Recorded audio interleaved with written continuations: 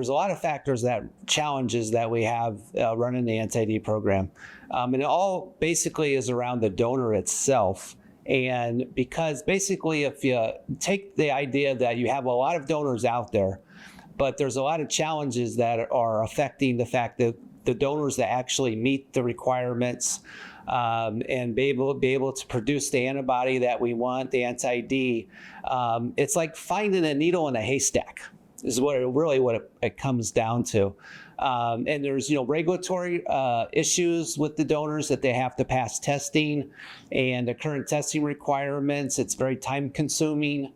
The donors have to have specific criteria biologically. For example, the red cell donor is usually O positive and has to have a special RBC phenotyping. The plasma recipient has to be Rh negative, in which there's only 15% of the population is actually Rh negative. And then they're also phenotyped, the red cell phenotypes. And it's like cross-matching a unit of blood for somebody to get a transfusion. You have to make sure that the red cell donor that they're providing the red cells to be injected into the recipient, that those phenotypes match. So there's a lot of criteria that has to happen prior to a donor being able to donate, right? And the fact that even if they are donating, there's only a certain percentage, like I think 30 or 40% of those donors will actually produce antibodies. So you could have a perfect match, inject the donor, and then they still don't produce the antibodies because their bodies just don't do it.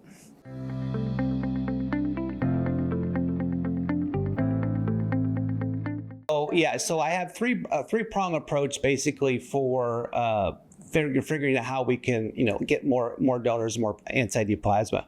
One of them is awareness. The whole blood community, the plasma community, and the gynecological community I think there need to be present the awareness of the need of this product, because right now I don't think there's a lot of people knowing that, hey, this is a very important product, and that in the last couple of years there's been a shortage in the United States, and that word needs to get out.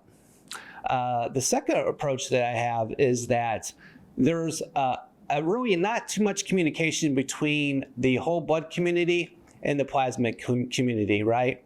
And the whole blood community has a lot of data about donors that donate whole blood, and those donors, because of their reference laboratories, have been phenotyped. And those donors could be identified and be utilized as plasma donors, or the donors that produce the red cells that are injected into the plasma donors. So the data is there. It's just that we need to tap into that data. The Australian Red Cross, who's been self-sufficient for the last 30 years with the anti-D program, I know they're a national organization, but they actually that's how they pull their donors. They look at their database, their whole blood donors, and they pull those donors for the plasma program, anti-D program. And so I think that's a possibility that I think we can do here. Also, and they can do globally at any other place that wants to start up a program.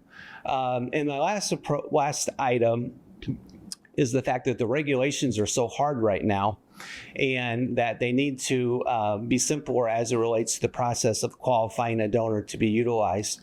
And that's basically my next slide, which just talks about deregulation. As we talked about most of yesterday and today about deregulation, and the FDA asked for some regulations that think they need to be reduced, right, or changed or updated. Well, the FDA has a regulation from 1995. So 30-year-old regulation that hasn't been updated, and that regulation basically talks about anti-D and gives you the guidance for anti-D.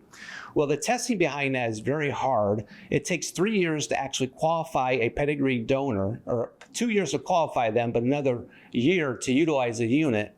So basically there's a hold period. It's basically 12 months. Once you collect the unit, you have to hold it and freeze it for 12 months and then you have to test the donor again after 12 months and make sure they're still negative, and then you can utilize that unit. So those regulations are really tough, and it's an issue with the donor having the time to be able to stay around in a certain area to be able to do all that, right? It's a lot of testing done, right? And a big commitment. So FDA came out and they said, hey, what regulations need to be changed? Well, that 1995 regulation needs to be changed. And so PPTA approached FDA And on August 15th, we got a response from FDA saying this regulation from 1995 is going to be updated. I don't know when it's going to happen. I think we're still working on that part, but it is going to be updated. And the reason why it needs to be updated is because of NAT testing. Because back in 1995, we didn't have NAT testing. We got NAT testing now, right? So the window period for that testing, you can find somebody positive for HIV, hepatitis B, and HCV a lot quicker than you could back in 1995.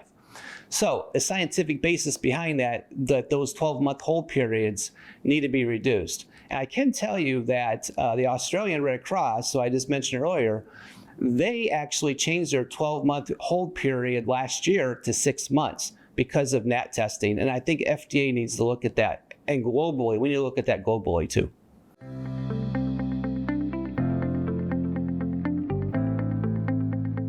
I just thought it would be neat to be able to come here to see what the forum is like, since it's my first time coming here.